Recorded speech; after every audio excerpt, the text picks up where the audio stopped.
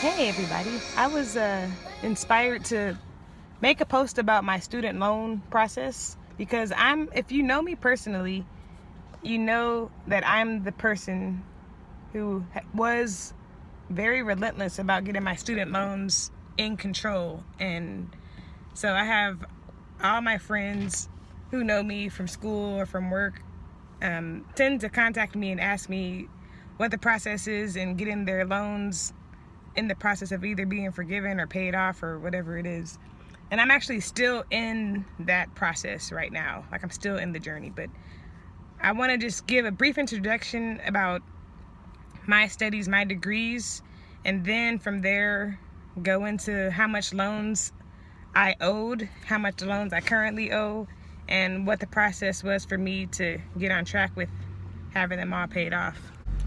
So, in the very beginning, when I started undergrad in 2002, I went into college and I was given financial aid and scholarships, and I didn't have a need to take out loans. And so it really wasn't until like my second or third year that one of the financial aid people said, well, you can have a subsidized loan. You don't have to use it, but you can whatever. So I was like, okay, I'll get a subsidized loan. A subsidized is basically when the government pays the interest on the loan and while you're in school. So I got, I think, 2 subsidized loans in undergrad for $6,000, and for the most part, they just sat in a bank account for the whole time that I was in undergrad. My thinking was that I would just leave it in my savings account, and after I graduated from CSUN, I would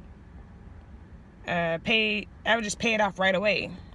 But then, like in my junior year of college, I learned about research and graduate school. And when I was freshly coming into college, all I knew was that I was going to get a college degree and maybe go to work after. I didn't really know what I was going to do. I didn't even honestly know that grad school existed. When I went into college, I didn't know what a master's degree was. I didn't know what a PhD was. I didn't know anything about graduate school. It wasn't until my junior year that people started talking to me about graduate school and needing research experience and all this stuff. So at that time, I thought, well, how am I going to pay for a master's degree? I don't want to get student loans. And what I was told was, well, if you get into a PhD program, they'll likely fund your program. So that's what my goal was, to get into some PhD program. And I applied to all the PhD programs that I could think of in sociology, because I was going to be a research professor and teach sociology.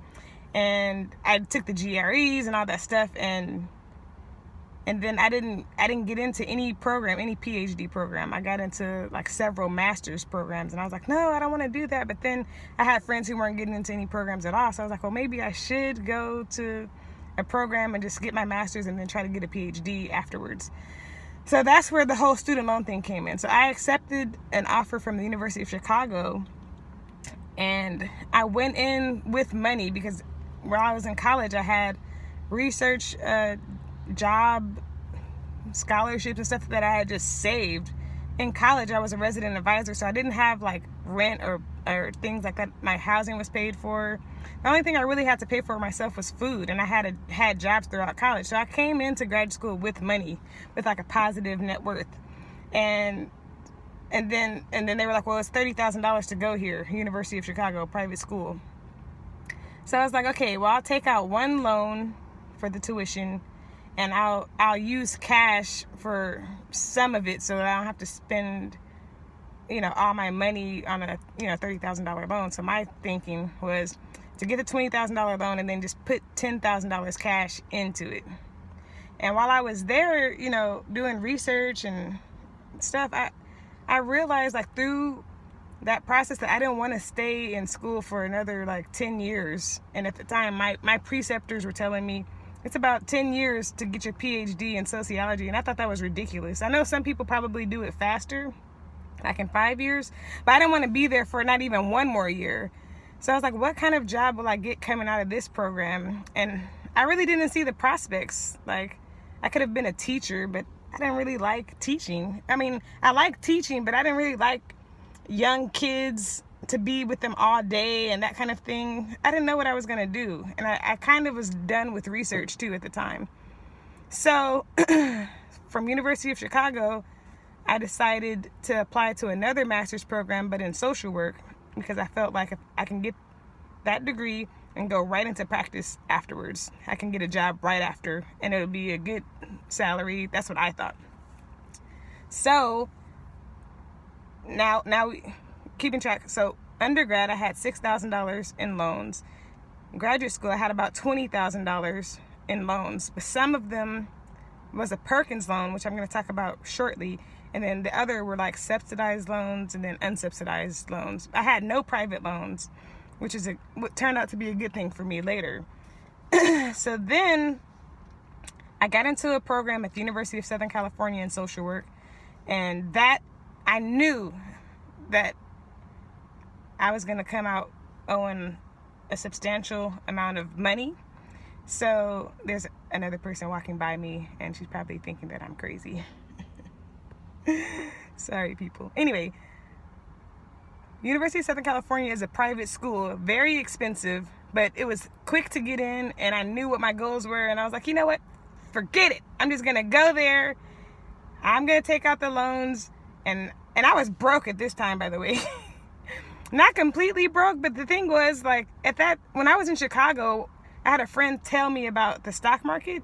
This is crazy. This is probably not the best advice, but I had cash from undergrad, like $20,000 or something left over. I had about like a total of $30,000 to my name. $10,000 went to some student loans, and I had $20,000 more just that I accumulated through working.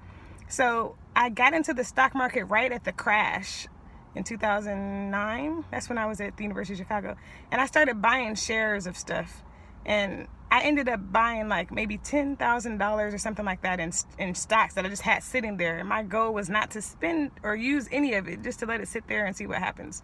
So when I went into University of Southern California, I had that money that I didn't want to touch, and I actually even increased that more over time, which doesn't make sense, because now that I know more about finance, I should have been paying off my debt instead of trying to accumulate wealth or whatever.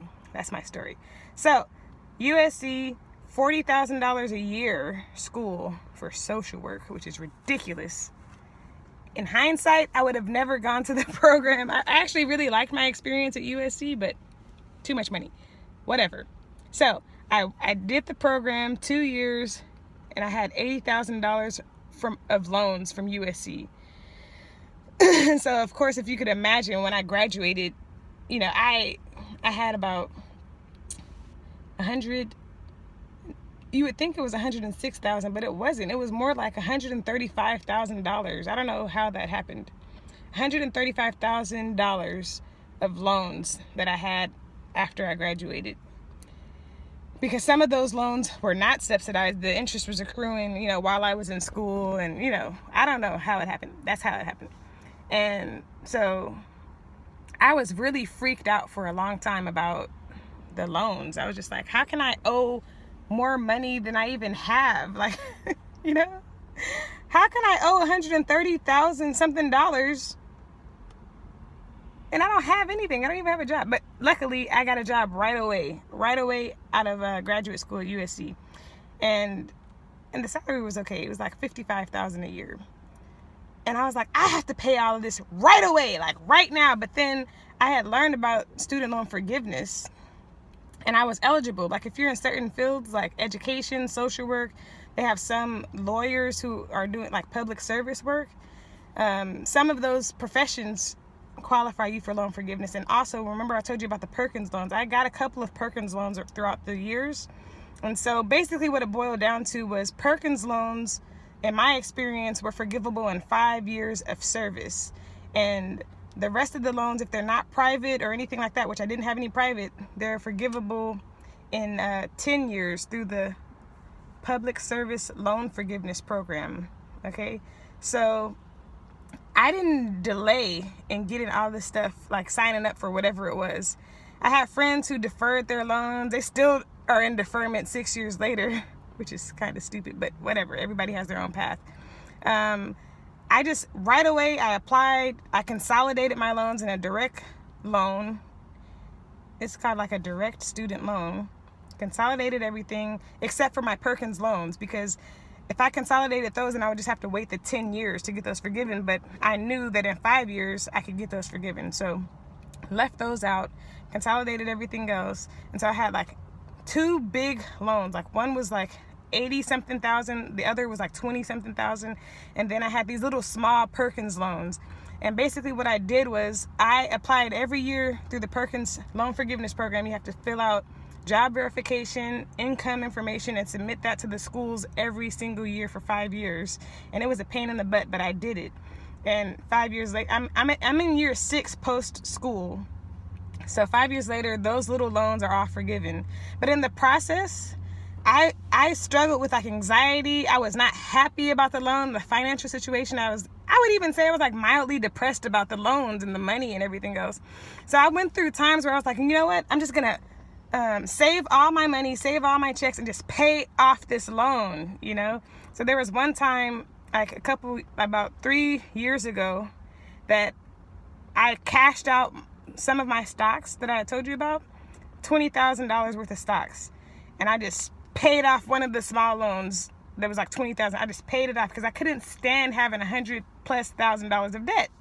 And I wanted to just keep going and just like snowball it and just get rid of the big ass loan. But after I paid the $20,000 and I had like, it was like maybe like the $80,000 loan left, I felt better, which is weird.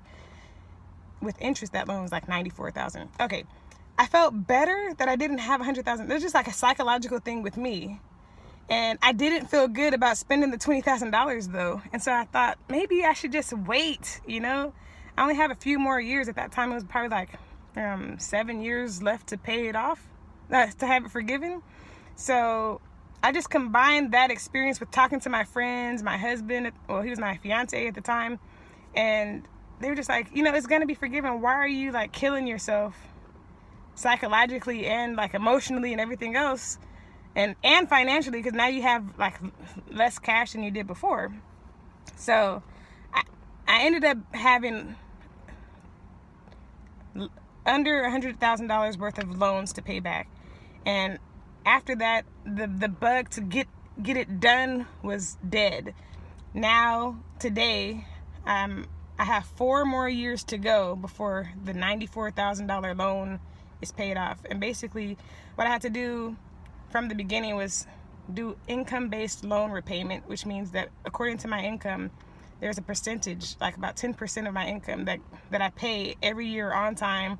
You have to make 120 consecutive payments. And the goal is at the end of that 120 years, which is 120 months, which is 10 years, that the program will still be around and the loans will be forgiven. Now, will the program be around? I don't know. Presidents change, politics change, and programs get eliminated. So I don't really know. But all I can do is just keep doing what I'm doing and see what happens. So I have 4 more years to go now.